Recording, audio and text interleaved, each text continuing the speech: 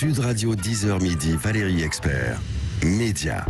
Les médias avec vous et les débats dans un instant également. Bonjour Gilles Gansman. Bonjour Valérie. Et bonjour Bruno Cormeret. On est ravis de vous recevoir ce matin. Merci d'être avec nous en vrai parce qu'on vous avait eu au téléphone en Zoom l'année dernière. La meilleure boulangerie de France du lundi au vendredi sur M6 à 18h40. Vous êtes boulanger et pour cette nouvelle saison, vous avez été meilleur ouvrier de France boulanger. Vous êtes avec Norbert Tarrer et vous repartez sur les routes de France à la recherche du meilleur boulanger. Eh oui, on est reparti encore pour une saison, là, donc la saison 9 qui va être diffusée à partir de ce soir.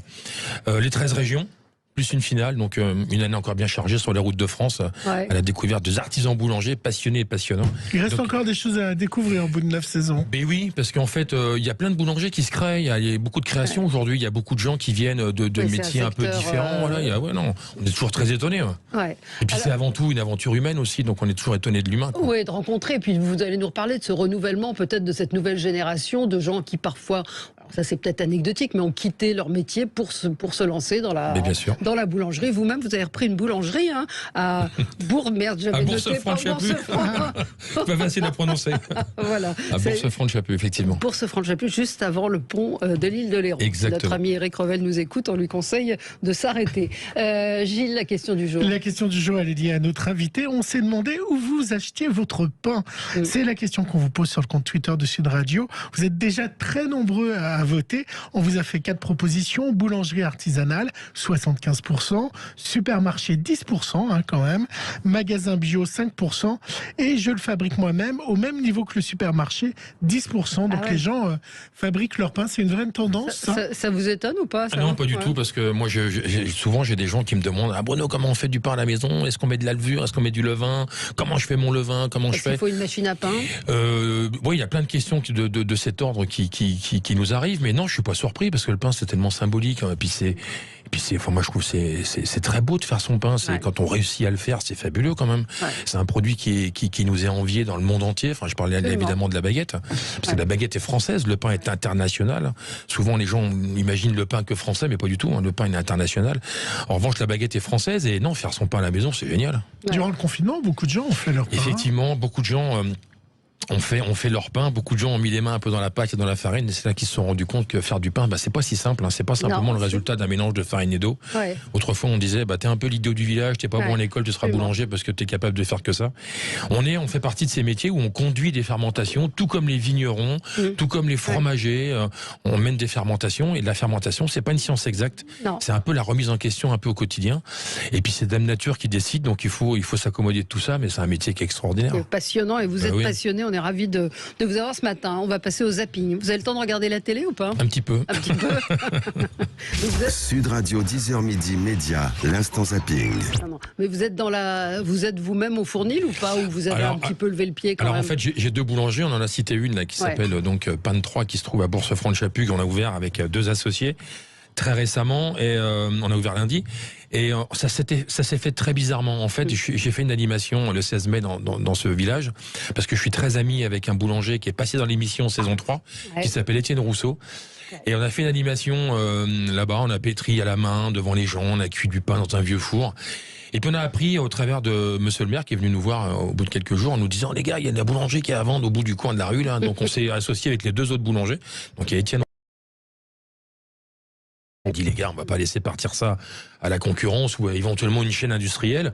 Allez, on se lance dans l'aventure. Donc c'est un tout petit local. C'était pas à la base une grosse boulangerie. L'idée c'est une association. L'idée c'est de garder vraiment un vrai artisan au sein de cette entreprise. L'entreprise aujourd'hui, moi j'ai lancé l'équipe avec Étienne et Tony. On a lancé une équipe de jeunes qui est encadrée par un monsieur qui l'est un petit peu moins. Mais voilà, l'idée c'est de mettre une équipe en place. Pourquoi votre pain serait le meilleur? Je dis pas que mon pain est le meilleur. Pourquoi il est bon? Pourquoi il est bon? Je sais pas. Moi j'ai un respect de la fermentation. On pétrit très peu. On laisse faire un peu Dame Nature. On prend notre temps et puis on pèse comme il faut, quoi. Allez, on passe au zapping. Alors on commence. Le premier. On commence. C'est l'actu politique de ce week-end. Vous ne l'aurez pas raté, Valérie. C'est le départ et le clash, parce que mon zapping va être sur les clashs de Guillaume Pelletier des Républicains pour devenir le porte-parole d'Éric Zemmour. Il en a fait l'annonce sur CNews. Alors j'ai pris ma décision avec beaucoup de gravité et d'enthousiasme. J'ai été numéro 2 des Républicains. J'ai été porte-parole de Nicolas Sarkozy. Je suis député du peuple.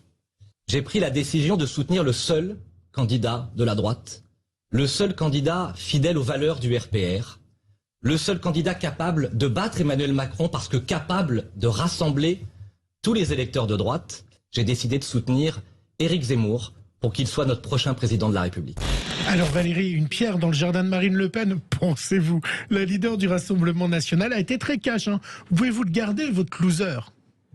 Je pense qu'Éric Zemmour doit aller déposer un cierge, parce que là où M. Pelletier passe, les campagnes trépassent. Enfin, je veux dire, c'est quand même quelqu'un qui a peut-être porte la poisse, puisqu'il a soutenu successivement Bruno Maigret, Philippe de Villiers, il a soutenu Nicolas Sarkozy lorsque Nicolas Sarkozy a perdu, soutenu Nicolas Sarkozy à la primeur qu'il a également perdu, et dernièrement il a soutenu Xavier Bertrand qui a perdu, et Éric Ciotti qui a perdu. Voilà. Donc, vous voyez, moi il a tapé à ma porte, mais je ne l'ai pas ouverte. Et on ne fait plus de politique de débat sans faire de clash. Hier, Marlène Schiappa sur LCI est revenue sur la sortie de Valérie Pécresse sur le Karcher. Elle va utiliser à peu près le même argument que Marine Le Pen qu'on vient d'entendre, mais cette fois-ci pour Valérie Pécresse. Quelle loseuse, quelle ringarde. Moi, ce que j'observe et l'analyse politique qu'on peut faire de cette phrase sur ressortir le Karcher, c'est surtout la vacuité des idées. On ressort pas, on gagne pas une élection en 2022 en ressortant les petites phrases des années 90 ou du début des années 2000. On est dans une autre période et on ne peut pas ressortir des idées de la naphtaline en les copiant-collant en l'année 2022. D'ailleurs, je pose une question puisque cette phrase sur le Karcher, c'est une phrase de l'ancien président de la République Nicolas Sarkozy que l'on n'a pas entendu s'exprimer sur ce sujet. Valérie, Bruno, le clash jusqu'à la mort. Dans 7 à 8, la diffusion de l'interview de la youtubeuse Mavachou, qui a été harcelée sur les réseaux sociaux et va se suicider. Avant ce drame, 7 à 8 l'avait rencontrée et avait enregistré l'interview de la youtubeuse. Et à la demande de la famille, ils l'ont diffusée hier. Chaque jour, des centaines de messages de haine. Tu es un monstre. Comment des personnes comme toi peuvent faire des enfants? Eva, tu es qu'une putain de pourriture. J'espère que tu vas payer, ma pauvre. Tu me dégoûtes au plus bas, espèce de cinglé de merde. Cette nana est une enflure. C'est une vague et c'est incontrôlable. Et c'est finalement indélébile. C'est-à-dire ? Internet, c'est indélébile. Ça s'effacera pas, ces commentaires. C'est-à-dire quand on tapera mon nom d'influenceuse ou mon nom tout court, finalement, on pourra toujours retrouver ça. 15 jours plus tard, le 22 décembre, Maëva s'est suicidée à son domicile, laissant derrière elle 4 enfants de 5, 7, 8 et 11 ans. Terrible, hein? C'est dingue, Et pour finir, un moment suspendu, inattendu hier, je ne sais pas si vous l'avez vu dans le journal de 20h, d'Anne-Claire Coudray, elle recevait le chanteur belge Stromae, quand soudain, après une question, il s'est passé ça. Vous avez aussi, pendant 7 ans, lutté contre un certain mal-être. Vous en parlez d'ailleurs sans détour. Dans vos chansons, vous parlez aussi beaucoup de solitude. Est-ce que la musique vous a aidé à vous en libérer? Je suis pas tout seul à être tout seul. Ça fait déjà ça de moins dans la tête. Et si je comptais combien on est? Beaucoup. Tout ce à quoi j'ai déjà pensé. Dire que plein d'autres y ont déjà pensé. Mais malgré tout, je me sens tout seul. Du coup, j'ai parfois eu et il lui a répondu en chantant. C'était préparé, je ne veux pas casser la magie. Évidemment. Mais il y avait de la musique, c'était un peu préparé. Oui, même la lumière était. Le décor est passé en noir et blanc derrière. Il y a eu une lumière sur lui. Et ça a fait un clip en direct live. Je ne sais pas si vous avez eu ce moment, mais il est sur les réseaux sociaux. Alors j'ai vu effectivement, mais j'ai dû décrocher juste avant. Ah bon? Ouais, je suis resté devant, mais j'ai dû partir à ce moment-là. Et oui, j'ai vu Stromae, effectivement. Moi, je trouve que c'est un bel artiste en plus. Il a des très belles chansons. Et c'était incroyable, ce moment du journal télévisé d'Anne-Claire Coudray. Ça vous a pas plu? Non, mais je vous vois, Valérie. Je vous vois, je vous connais. Mais si, j'ai trouvé ça formidable. Mais c'est du marketing, de la pub pour vendre son disque. C'est pas ça, c'est les réseaux qui sont extatiques. Enfin, on peut. Bref. Mais non, c'était un formidable moment. Voilà. C'était un formidable moment de télévision. Ça l'a énervé. Voilà. Oui, ça l'a énervé, je la connais. Pas du tout. Non, j'ai trouvé formidable et très émouvant et la chanson très belle. On va parler pain. Voilà. Ça tombe bien. Hein, ça tombe bien. La meilleure boulangerie de France, Bruno Cormeret, vous êtes avec nous. On va retrouver Norbert Tarrer, évidemment, à vos côtés. C'est une émission qui marche très bien. Hein. Il y a en moyenne plus de 2 millions de téléspectateurs, près de 2,5 millions de téléspectateurs. Je crois qu'on a fait des pics aussi à 3 millions d'euros. Oui, c'est ça, mais en moyenne, c'est 2,5 millions qui sont là, qui vous regardent. C'est 12 millions de consommateurs de pain chaque jour, 6 milliards de baguettes qui sortent des fournis, 60% du marché en France, c'est en boulangerie.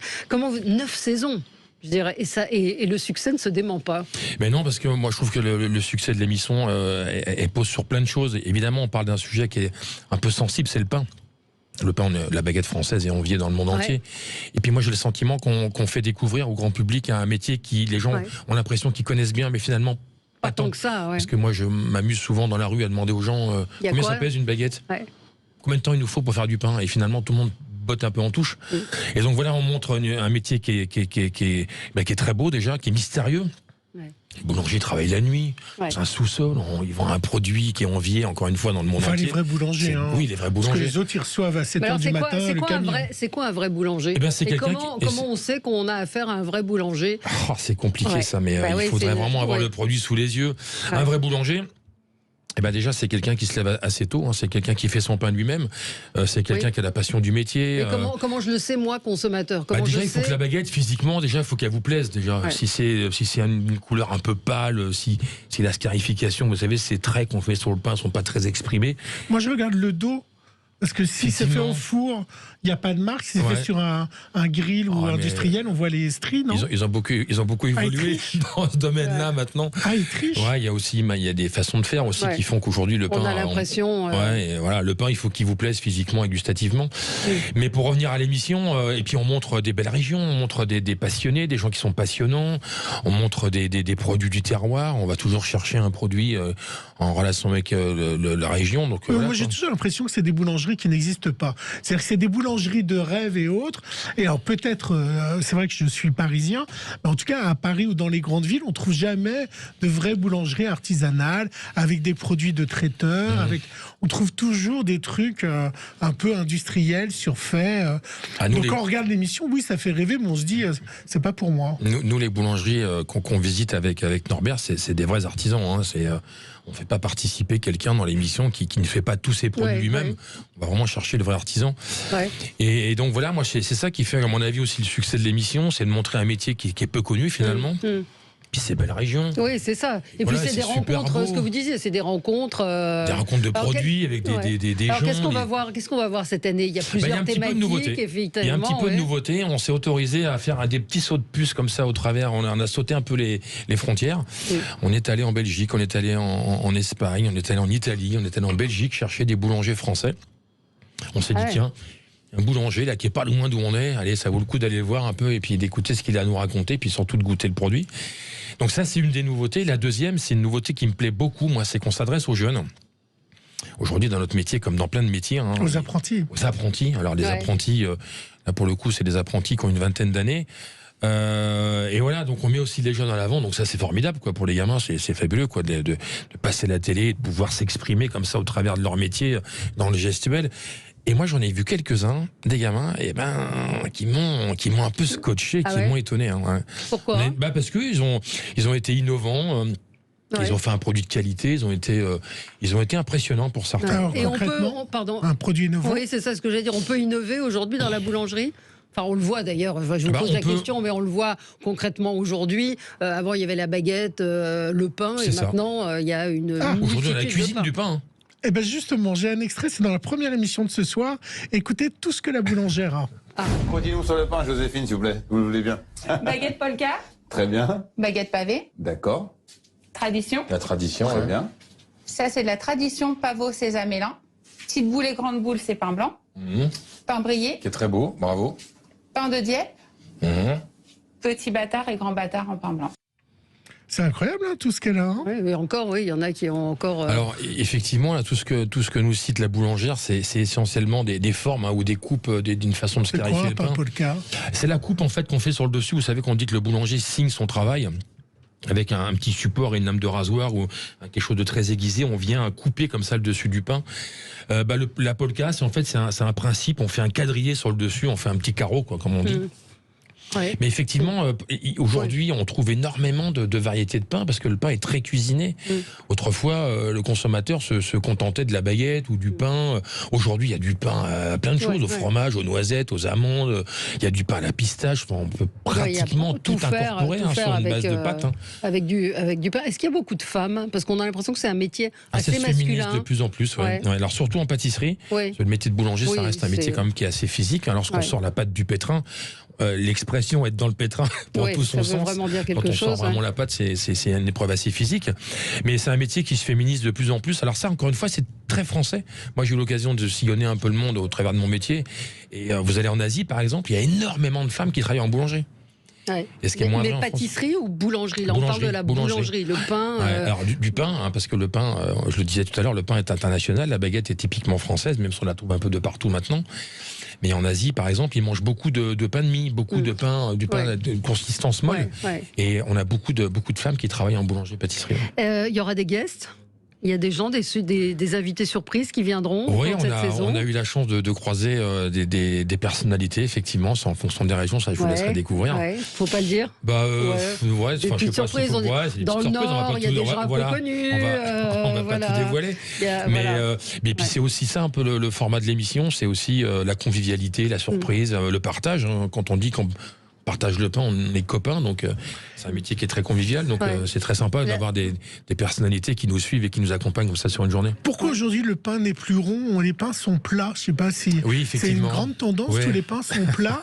Et moi j'ai connu le pain qui était rond avec cette mie alvéolée, ce pain un peu caramel. Pourquoi il n'existe plus ce pain-là? Alors c'est pas qu'il n'existe plus, c'est qu'il y a des gens aujourd'hui pour des soucis d'espace, des soucis de savoir aussi, des soucis de rapidité. Alors je dis pas que tout ça va dans le sens de la qualité, c'est des gens qui s'autorisent à faire du pain qui n'est pas façonné. Alors moi ça me gêne pas trop. Ce qui m'embête c'est quand on appelle ce pain là baguette. Pour moi une baguette c'est quelque chose qui doit être façonné. Alors façonné c'est quoi? C'est qu'on fait rouler la pâte dans ses mains, on lui donne cette forme de rondeur. C'est un vrai geste de notre métier. C'est comme et ça évite d'avoir ce geste, donc on gagne du temps. Exactement. Voilà pourquoi le pain est plat de jugement. Vous êtes arrivé à la boulangerie comment, Bruno Cormeret? Je suis arrivé à la boulangerie. Moi je dis toujours que c'est sûrement grâce à mes grands-mères, parce qu'on on a toujours cuisiné chez nous. Moi je suis issu d'un milieu très modeste. On a toujours fait beaucoup de cuisine. Moi, j'ai toujours fait des tartes avec ma maman, tout ça. Donc, j'ai pas été très très bon sur le plan scolaire. Je suis sorti assez rapidement du milieu scolaire. Puis j'avais envie de travailler. Oui, mais comme vous le disiez, c'était pas bien d'être. C'était un peu, c'était voilà, t'es boulanger, c'est pas noble. Alors qu'aujourd'hui, c'est devenu. Vous vous rendez compte aujourd'hui sur tous les réseaux. Autrefois, on voyait plein de plats cuisinés. Aujourd'hui, sur les réseaux, on voit quoi? Des croissants, une belle baguette, un joli pain. Le boulanger retrouve ses lettres de noblesse, moi je trouve. Et donc, pour revenir à votre question, mes parents et mes grands-parents, parce que moi j'ai pas beaucoup bougé, moi j'ai 52 ans, ça fait 52 ans que je suis dans le même village. Mes parents étaient très amis avec le boulanger du village d'à côté, donc je suis rentré en apprentissage chez le boulanger, ça m'a plu. C'est un monsieur qui était extraordinaire et qui a su mettre ce métier entre les mains, et puis tout de suite c'est parti comme ça, quoi. Aujourd'hui, sans la partie traiteur, on gagne plus d'argent à la boulangerie. Faut être obligé d'être traiteur, pâtissier, boulanger. Moi j'ai monté une boulangerie là très récemment. Il n'y a que la boulangerie. Je fais essentiellement, alors je fais un petit peu de sandwich parce que. Mais pas de pâtisserie. Non, pas de pâtisserie. Je fais de la tarterie parce que faut aussi apporter un peu de sucré, mais tout ce qui est pâtisserie très fine. Et pour répondre directement à votre question, vous disiez si on fait pas de traiteur, on gagne pas d'argent. C'est tout l'inverse. Moi, j'ai eu une entreprise, j'ai fait une création il y a 15 ans, pas très loin du parc qu'on a, un parc qui est très connu en région parisienne là, où j'ai fait une création et puis je faisais que du pain. Et puis il y a des gens qui m'ont demandé de la pâtisserie, donc j'ai fait un peu de pâtisserie. Et puis plus je faisais de pâtisserie, et moins on gagne de l'argent. La pâtisserie, c'est quelque chose qui effectivement amène du chiffre d'affaires dans une entreprise, mais qui est très exigeant, mais qui nécessite énormément de matériel, énormément de stock de matières premières. Et donc il est compliqué de vendre. Pour vous donner un exemple, aujourd'hui le beurre, un beurre de qualité aujourd'hui c'est 6 € le kilo. On s'attend à ce que demain le beurre passe à 10 à 11 € le kilo. Donc le coût de la matière première pour la pâtisserie, c'est énorme, quoi. Alors que la farine, finalement, même si elle a augmenté, parce que forcément ça augmente, ça suit un peu le cours, Mais c'est de la farine, c'est de l'eau, et puis on peut faire de la grosse quantité avec une seule personne, ce qui est moins vrai en pâtisserie. Ouais. Et la télévision, ça vous plaît, cette aventure avec ça fait Norbert 9 ans que j'y Tarrer, suis, donc si ça me plaisait pas, j'y vous serais l'auriez plus. pas, Mais ça vous apporte quoi? Déjà, c'est un milieu que je connaissais pas, que j'ai découvert il y a 9 ans. Moi, ce qui me plaît, c'est parce qu'on est toujours avec la même équipe. C'est toujours un peu la colo, quoi. Quand on part sur les routes de France, on part au moins une semaine, des fois 2 d'affilée, des fois 3, ça nous arrive. Et puis c'est des gens qui sont sympas. Enfin, moi j'aime beaucoup. On retrouve toujours les mêmes cadreurs, les mêmes ingé-sons, c'est toujours la même boîte de prod. On a toujours les mêmes personnes qui nous encadrent. Donc moi je prends grand plaisir à faire Vous prenez combien de kilos en tournage? Oh la question.